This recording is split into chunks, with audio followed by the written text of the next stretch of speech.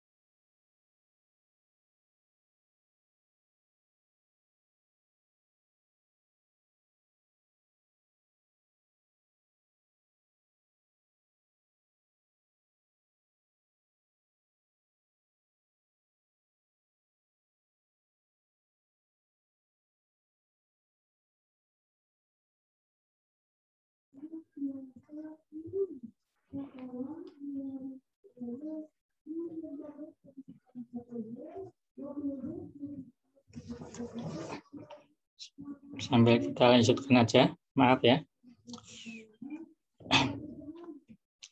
Ini inti struktur beta lactam ya. Jadi ciri khas senyawa antibiotik ya, yang golongan beta lactam. Jadi harus ada struktur inti ininya. Segi 4 ada di situ ada NH2 sama CO sama karbonil.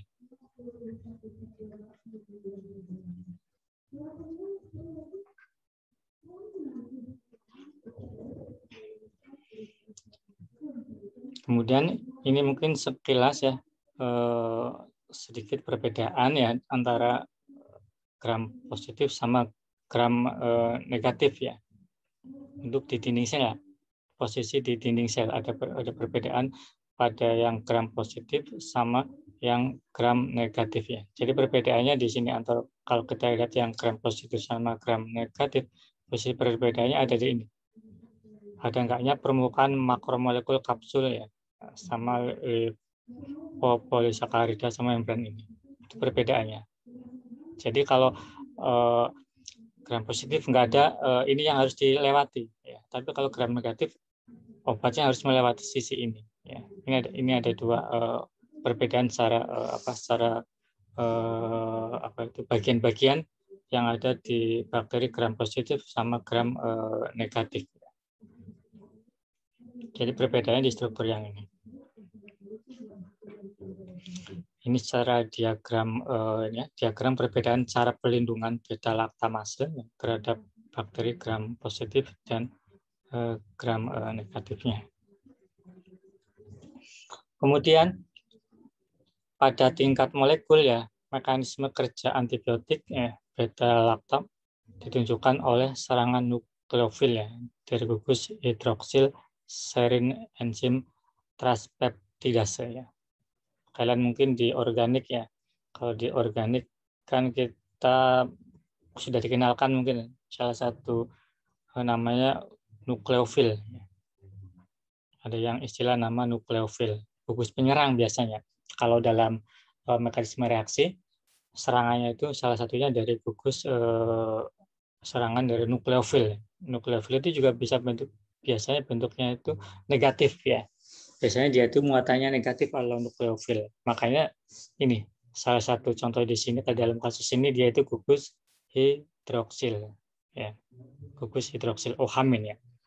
Karena nukleofil kan itu biasanya yang bagian besar itu muatannya negatif ya. Makanya kalau dalam kasus ini contohnya gugus hidroksil dari serin enzim transpeptidase ya. Sehingga terjadi hambatan biosintesis peptidoglikan ya.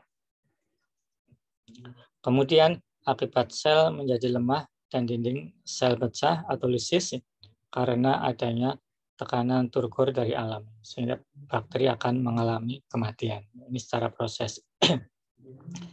Kemudian efek dari antibiotika beta laktam ya. Jadi efek dengan penggunaan antibiotik beta laktam ya. Yang pertama menghambat pertumbuhan bakteri ya dengan cara menghambat biosintesis peptidoglikannya. Kemudian menurunkan kelangsungan hidup. Kemudian yang ketiga membuat sel menjadi lisis. Ya, itu ya. Jadi ada 3 efek penggunaan beta laktam. Menghentikan pertumbuhan bakteri ya. Kemudian kelangsungan hidup akan turun, kemudian juga akan lisis pada selnya. Kemudian beta laktamase ya, adalah enzim yang dapat menginaktifkan antibiotika beta laktam. Ya. Ini tadi ya terdapat pada bakteri gram negatif dan gram positif ya. Kemudian penghambat beta laktamase ya adalah senyawa yang dapat menetralkan enzim beta laktamase sehingga mencegah penginaktifan antibiotika beta laktam. Kalau di sini contohnya clavulanat, ya, olifanat, sulbactam dan contoh lainnya, gitu ya. Kemudian karena adanya efek yang sinergis ya, maka penghambat beta laktamase sering digunakan juga bersama-sama dengan antibiotika beta laktam. Ya. Makanya biasanya tadi ya, penggunaan bersama-sama biasanya untuk karena efeknya sinergis ya.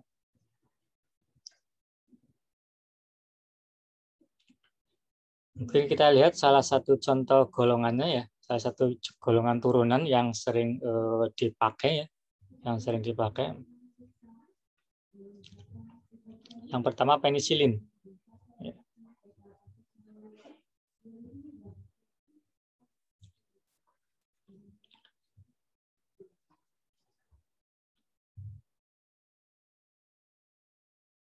Penisilin ya pertama kali diisolasi dari kultur jarum Penicillium notatum ya dan P. chrysogenum ya. Ini contoh struktur atau senyawa induk penisilin ya. Ini makanya ini golongan beta laktamase.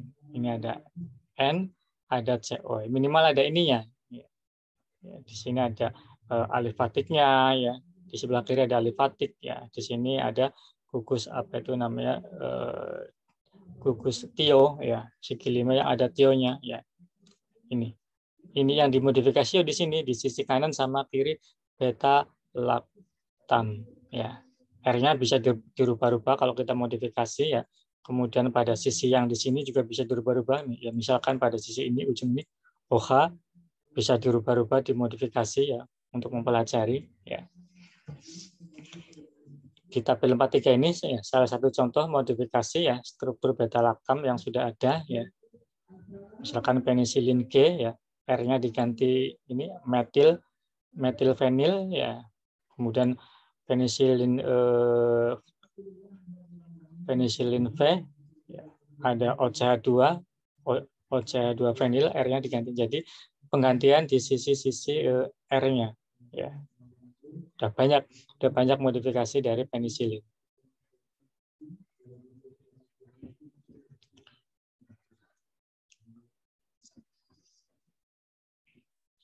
Kemudian kalau kita berbicara tentang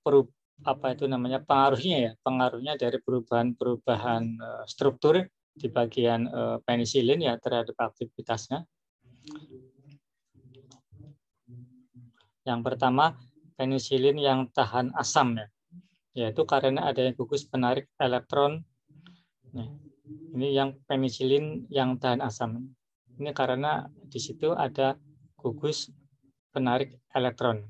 Ada O atau N ya pada posisi C alfanya, pada posisi C alfa. Misalnya gugus fenoksi yang terikat pada rantai samping amida. Ya. Gugus tersebut mencegah penata ulangan penisilin menjadi asam penilat yang terjadi dalam suasana asam ya. Ini contoh pada penisilin yang tahan asam. Karena di sini ada gugus penarik elektronnya yaitu O dan N ya pada C alfanya, di sebelah sini ya.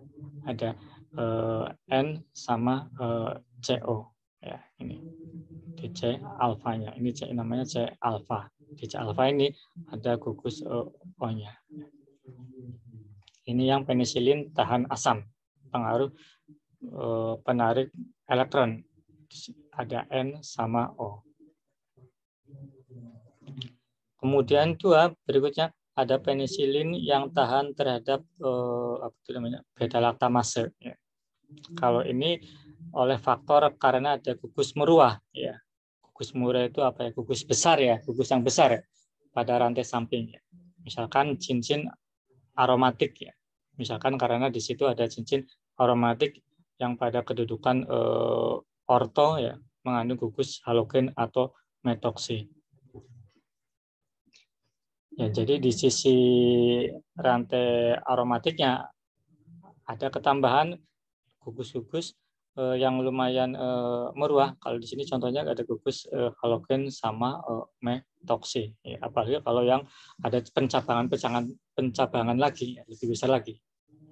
Ya, jadi penisilin yang tahan terhadap beta laktamase itu karena adanya gugus meruah, ya, terutama di aromatiknya, di sisi aromatiknya. Efek halangan ruang gugus meruah tersebut dapat mempengaruhi pengikatan enzim beta laktamase pada cincin beta laktam dan menyebabkan perubahan konformasi sehingga enzim kehilangan aktivitasnya. Ya. Kemudian juga ada hubungan struktur yang harus kita perhatikan, penisilin dengan spektrum luas. Ya. Karena adanya gugus hidrofil. Ya. Ini pengaruhnya ternyata di spektrum luas. Yang penisilin spektrum luas dia ada gugus hidrofil ya. Seperti gugus NH2 ya pada rantai samping jadi di samping beta laktamnya ada gugus NH2-nya,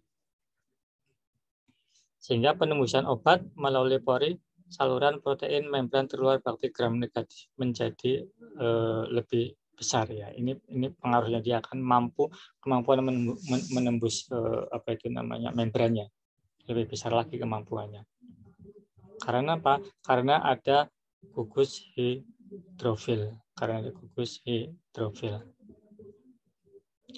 Kemudian berikutnya penisilin yang aktif terhadap bakteri gram negatif dan Pseudomonas aeruginosa ya.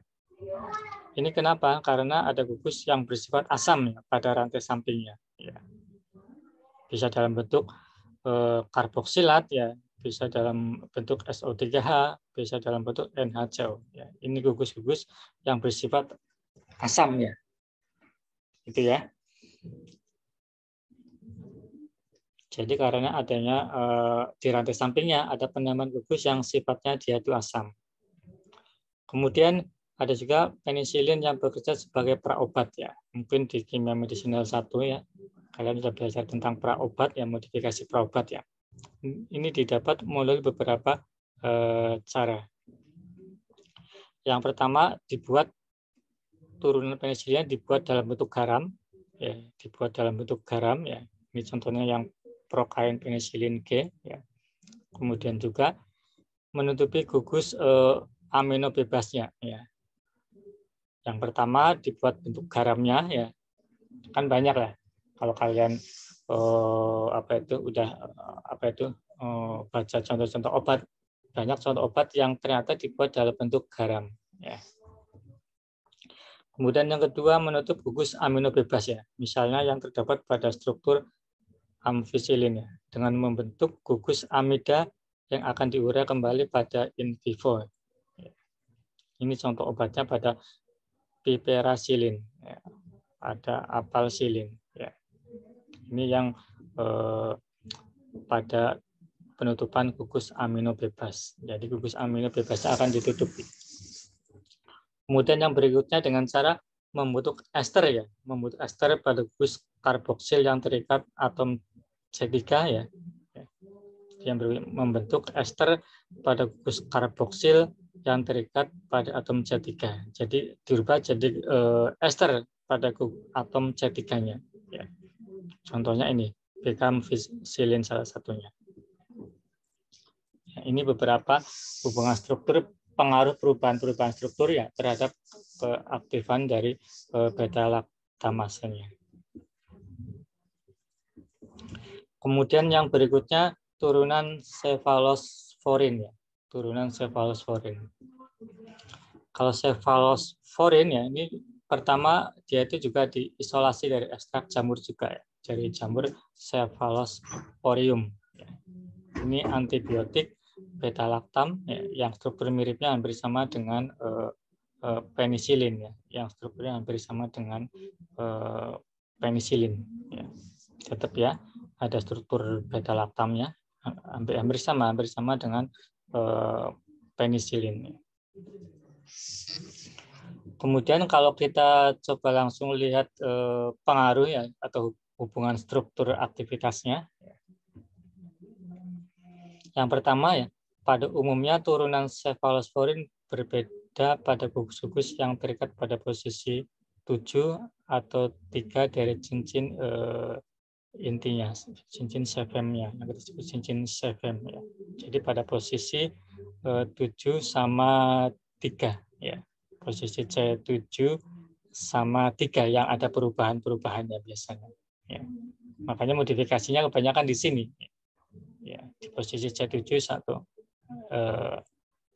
Cuman kalau kita modifikasi itu boleh di mana-mana, yang intinya gugus yang bisa dirubah itu bisa kita modifikasi. Boleh aja mungkin yang karboksilat di sini kalau kita mau modifikasi juga bisa ya. Ini juga bisa. Cuman kalau yang turunan cefalosforin ini dia fokusnya ada di perubahan ini di C7 ini sama C3 ini. Modifikasi substituen pada C3 ya untuk mendapatkan sifat kimia fisik yang dikehendaki ya. Sedangkan modifikasi pada C7 untuk mengubah spektrum aktivitasnya ya. Jadi kalau kita fokus untuk mengubah sifat kimia fisik ya, ternyata kalau dari pengalaman penelitian yang sudah dikerjakan itu ternyata kita utak-atiknya itu di sisi C3-nya, di sisi C3 ini yang dirubah-rubah. Ya. Tapi kalau kita fokusnya untuk mengubah spektrum aktivitas, ya ternyata di posisi C7 ini yang kita rubah-rubah. Ya.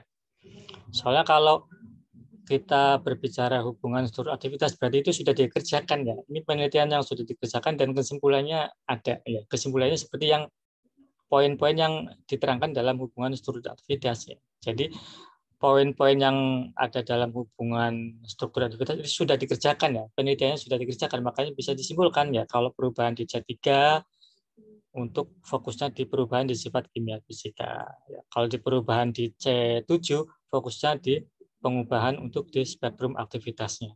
Yaitu ya. Kemudian adanya gugus pendorong elektron ya pada posisi C3 ya, akan meningkatkan resonansi enamin ya. Ini C3 di sini ya. Akan meningkatkan resonansi enamin ya, sehingga kereaktifan cincin beta-laktam terhadap sisi aktif pada substrat D-alanil-D-alanin dalam biosintesis peptidoglikan akan meningkat ya. Akibatnya antibakterinya juga akan meningkat ya. Jadi kalau pengen antibakterinya meningkat ya, di C3-nya harus dikasih gugus pendorong elektron. Ya, di organik ya, tetap kalau kimia medisinal hubungan struktur, kalian harus mengingat kembali gugus-gugus di organik lah, ada gugus penarik elektron, ada gugus pendorong elektron. Ya. Penarik elektron contoh-contohnya golongan halogen ya, itu penarik elektron.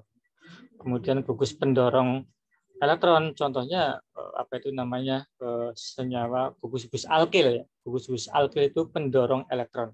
Itu mah di organik lah, di organik sudah belajar. Contohnya apa aja sih golongan penarik elektron, gugus pendorong elektron ya. Tadi salah satunya golongan penarik elektron halogen ya, FCl, Br golongan halogen. Kemudian pendorong elektron golongan-golongan yang masuk alkil, CH3 misalkan metil ya, ataupun propil, oktil. Jadi rantai-rantai alkana tapi satu atom H hilang, golongan alkil, bukan golongan alkil. Yang kita sebut alkil itu gugus pendorong elektron yang familiar diingat lah. Kalau penarik golongan halogen, kalau pendorong golongan alkil. Kemudian aktivitas biologis sangat tergantung pada rantai samping yang terikat pada posisi 7 ya. Jadi aktivitas biologisnya ternyata dia tergantung di modifikasi di rantai C7 ya. Substitusi gugus metoksi ya, misalkan ada penambahan gugus metoksi pada C7 ya, seperti pada cefamisin ya, akan meningkatkan ketahanan senyawa terhadap serangan beta-laktamase ya. Kemudian yang lainnya pergantian isosterik ya dari atom S ya pada cincin dihidrotiasin ya dengan atom O ya menghasilkan oksacefamisin ya. Turunan ini yang didapatkan melalui sintesis total ya menunjukkan spektrum antibakteri yang lebih luasnya. Jadi kalau atom S ini ya dirubah dengan atom O ya. Contohnya pada modifikasi dengan hasil oksacefamisin ya. Ternyata dia akan menghasilkan antibakteri yang spektrumnya luas ya. Itu ya. Itu beberapa pengaruh perubahan-perubahan struktur pada cefalofosforin.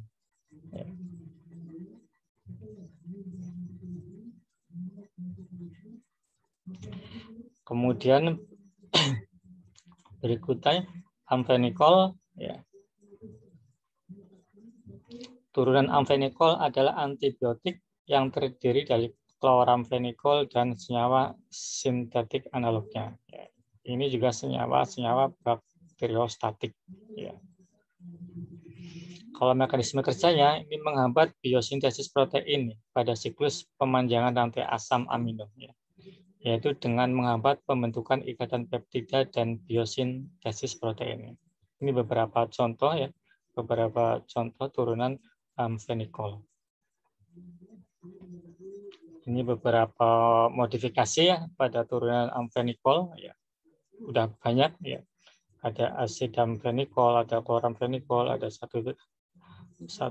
cetofenikol, ada tiamfenikol ya. Ini perubahan-perubahan di sisi R1 sama sisi R2. Ya. Jadi kalau misalkan aja kloramfenikol, R1-nya dia NO2. Kemudian R2-nya dia CCl2 ya.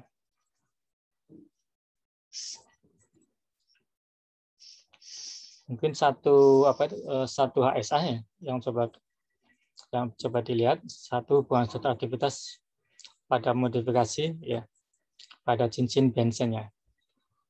Yang pertama, para nitrobensen ya dapat diganti dengan bifenil ya, misalkan 4 gram bifenil ya atau 4 metil bifenil ya tanpa kehilangan aktivitas antibakteri secara bermakna ya. Jadi kalau di para nitrobensen diganti dengan gugus ini ternyata dia akan tetap aktivitasnya akan tetap ya nggak akan ada berubah ataupun hilang ya kalau para nitrobensennya ya bensen yang ada NO2 diganti sama 4 brombifenil atau 4 metil bifenil ternyata aktivitasnya akan tetap bermakna nggak berubah ataupun hilang. Kemudian penggantian gugus fenil ya dengan gugus aromatik ya. Jadi gugus fenilnya ya berarti yang di sebelah kiri tadi ya diganti dengan gugus aromatik atau alistik lain ya seperti sikloheksil, furil, naftil atau beberapa lainnya menghilangkan aktivitasnya. Ternyata kalau di gugus fenil dirubah beberapa gugus yang seperti ini ya. Sikloheksil, furil, naftil, tianil, ternyata dia akan menghilangkan aktivitasnya ya. Cuman hanya turunan nitrotianil yang aktif sebagai antibakteri ya, meskipun aktivitasnya lebih rendah dibanding chloramphenicol ya. Jadi kalau diganti gugus-gugus ini, tadi siklovenil, furil sampai tianil ya, itu akan hilang aktivitasnya. Cuman ada gugus nitrotianil aja, tapi dia aktivitasnya tetap lebih rendah daripada chloramphenicol. Kemudian perubahan lainnya ya penggantian gugus nitro ya dengan gugus penarik elektron ya. Jadi kalau gugus nitro yang ada di senyawa tadi ya diganti sama penarik elektron yang kuat ya. Jadi diganti sama penarik elektron yang kuat ya seperti asetil ya pada acetophenicol ya atau metilsulfonil ya pada thiamphenicol ya. Ini senyawa akan tetap aktif sebagai antibakteri ya.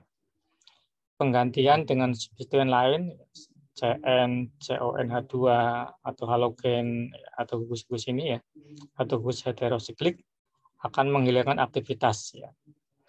Karena terjadi perubahan keelektronegatifan volume molekul dan sistem tipe paraquinoidnya ya.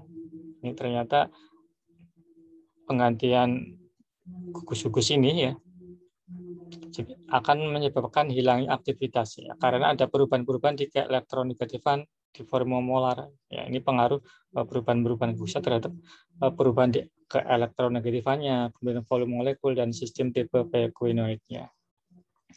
Kemudian yang lainnya pemindahan gugus nitro ya. Jadi kalau gugus nitronya NO2-nya itu ke posisi orto, tadi kan ke posisi 4 ya kalau nggak salah.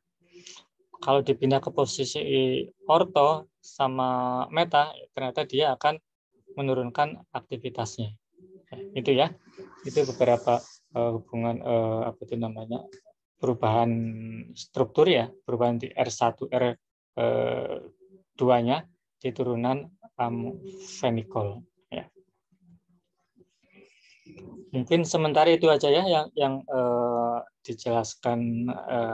Sempat saya jelaskan, mungkin ntar untuk lebih lengkapnya lagi, mungkin lebih detailnya lagi, ya coba kalian baca di buku Kimia Medicinal 2 ya.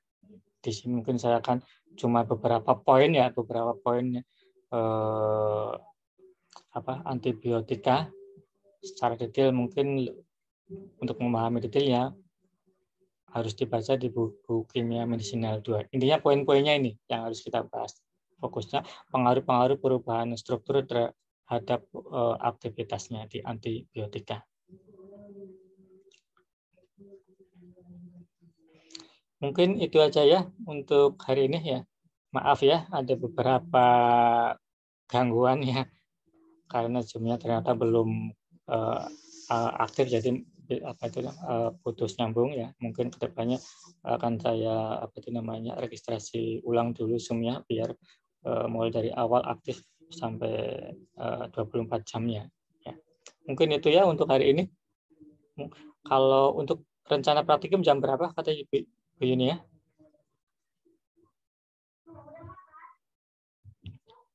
Halo? Kalau praktikum rencana jam berapa? Di Google Classroom, Pak. Oh, di Google Classroom. Oh, nggak lewat itu, nggak lewat Zoom tuh, ataupun lewat Google Meet.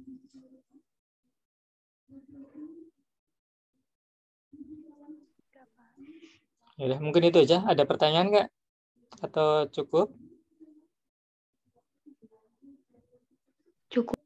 Ya, mungkin untuk rencana ya, mungkin ke minggu depan kalau sesuai perencanaan lewat Google Classroom ya, tapi nggak nggak menutup kemungkinan ternyata apa itu lewat Zoom juga nggak apa-apa. Intinya perencanaan mah itu bisa berubah namanya perencanaan. Jadi kalau ternyata saya waktunya luang misalkan lewat Zoom, mungkin lewat Zoom juga. Itu ya. Mungkin untuk hari ini cukup di sini materinya ya. Bisa kalian mungkin ntar apa itu namanya bacalah untuk lebih paham lagi di buku Kimia Medisinal 2 di yang dari Prof. Sandoni. Ini lumayan, insya Allah lengkap lah di situ. Gitu ya. Kalau absen tadi kan masih ada beberapa, ada yang sempat masuk lagi nggak dari beberapa mahasiswa yang belum sempat rekod, yang merasa mahasiswa tadi belum sempat di absen sama saya, ada join lagi nggak di sini? Nggak ada.